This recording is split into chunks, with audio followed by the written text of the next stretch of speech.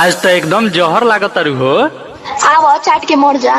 बना चाटे के मर जा मर जा।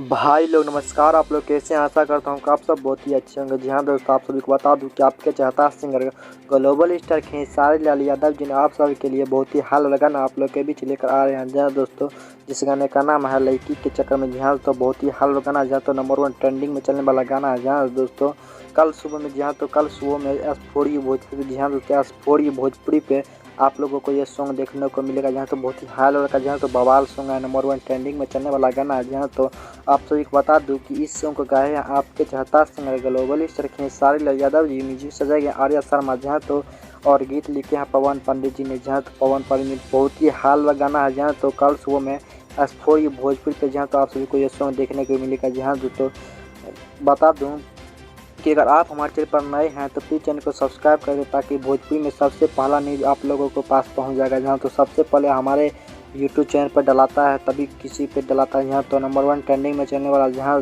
दोस्तों तो आप लोगों को सपोर्ट करिए और नोटिफिकेशन दबाइए और सबसे पहले अपडेट पाइए। जहाँ तो मिलते हैं अगले वीडियो के साथ।